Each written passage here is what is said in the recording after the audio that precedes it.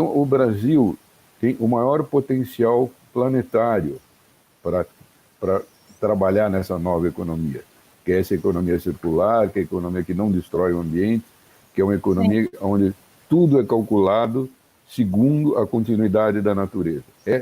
Isso é uma economia nova, que já está pronta, já está andando. O livro analisa isso, quer dizer, China, a União Europeia já estão conduzindo a sua economia, depois do Covid, especialmente na União Europeia. É o seguinte, todo o dinheiro da economia só tem sentido se for aplicado para manter o equilíbrio da natureza.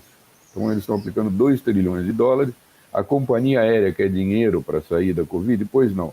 Melhore a sua emissão de carbono, faça planos de longo prazo para nós equilibrarmos a vida da natureza. É assim que está funcionando a economia europeia.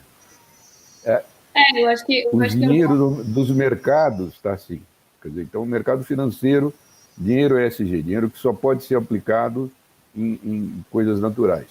30 trilhões de dólares estão com essa cláusula. 30 trilhões de dólares é 15 pi do Brasil. É 100 vezes as reservas do Brasil. Dinheiro que está disponível. Os donos desse dinheiro estão avisando o governo brasileiro, queremos investir, por favor, nos deixe. Porque o Brasil, que tem o maior potencial do mundo, tem também, hoje, um governo negacionista, que acha que isso não é economia. Então, são trilhões de dólares de dinheiro mudando o mundo para melhor e um governo que finge que isso não é negócio. Então, essa é a situação que nós estamos. E o paraíso restaurável o Brasil pode ser. O Brasil tem uma chance secular, de séculos, que não acontece há 200 ou 300 anos, desde que inventaram a máquina a vapor, há 300 anos atrás. E o Brasil não tinha carvão mineral, então não pôde entrar totalmente nesse ciclo. Agora, o Brasil tem uma chance de ser a economia mais produtiva do mundo e muito depressa. Muito depressa. Por quê? Porque a matriz de energia que a Alemanha quer para ela em 2050 ou a China quer para ela em 2060, o Brasil já tem. O Brasil tem 30 anos, que é onde o mundo vai estar reduzindo o petróleo e carvão, onde o Brasil pode progredir muito. Então, é mais ou menos isso, esse é o argumento. Né? Nessa nova chance... Fala, Júlia. Eu queria dar um exemplo bem concreto nesse sentido, porque é uma coisa, obviamente, todos os fundos de fora, os trilhões, o dinheiro que, de fato, o Brasil está deixando entrar aqui, mas eu acho que para as pessoas que estão assistindo, né, quando a gente fala de energia, muitas vezes essa palavra de energia não ajuda muito, porque qual é o nosso relacionamento com a energia hoje em dia? É a conta que chega no final do mês e acabou.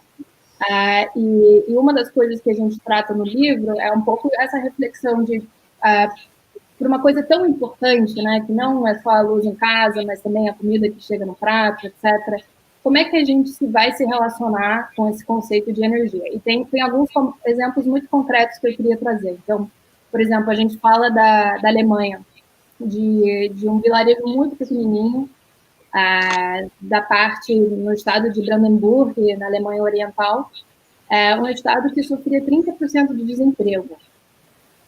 Vamos só pensar sobre isso, o que 30% de desemprego realmente significa. E aí um estudante ambicioso basicamente chegou nesse vilarejo e, considerando alguns dos subsídios que estavam rolando na Alemanha, falou, vocês considerariam colocar 4 usinas eólicas aqui, 4 geradoras aqui no vilarejo de vocês. E os moradores, por não terem muitas outras opções, seja de emprego, seja de espaço, oportunidade, eles toparam. Isso foi acumulando. Então, isso aconteceu em 2008, funcionou, gostaram. Em 2010, eles começaram a construir placas solares, adicionaram uma usina de biogás. E o que se vê é que, rapidamente, o vilarejo se tornou totalmente independente. O pequeno vilarejo acabou brigando com uma das grandes empresas de energia da Alemanha, da Europa, na verdade, e também ganhou. E hoje em dia, quando a gente olha para os números, esses moradores, que realmente são fazendeiros muito, muito simples, eles pagam 30% a menos para a rede elétrica deles do que a média nacional. e tem uma rede totalmente independente. Então, acho que quando a gente fala de energia, quando a gente fala dessas mudanças e o potencial do Brasil, é muito isso, esse tipo de caso super descentralizado de moradores. Eu sempre gosto de falar, a revolução vem de baixo, né? De pessoas que se juntam e resolvem resolver o problema sozinhos.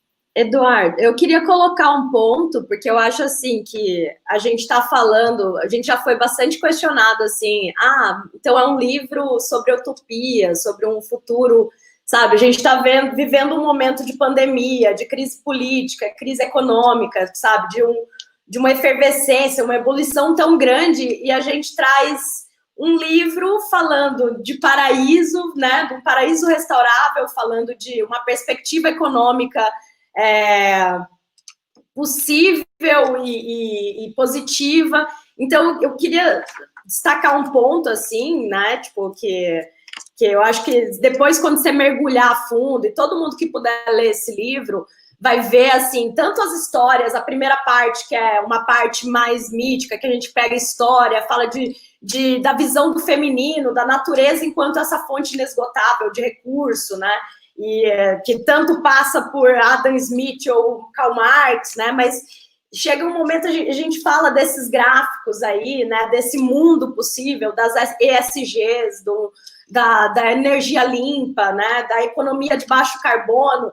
E aí, assim, um ponto que eu acho que é importante para a gente pensar, para a gente colocar bastante na cabeça, é essa questão também, a Júlia mencionou agora a questão da energia limpa, essa economia de baixo, né, impacto ambiental, ela é mais acessível a grupos, para todo mundo, né? Ao mesmo tempo, a gente está vivendo uma onda de um conservadorismo que representa muito essa necessidade, assim, esse apego de uma turma, assim, com essa velha economia, com essas velhas visões de mundo, da energia e tudo mais. Então, tem uma necessidade muito grande aí de também da defesa do Estado democrático de direito para que isso floresça, né?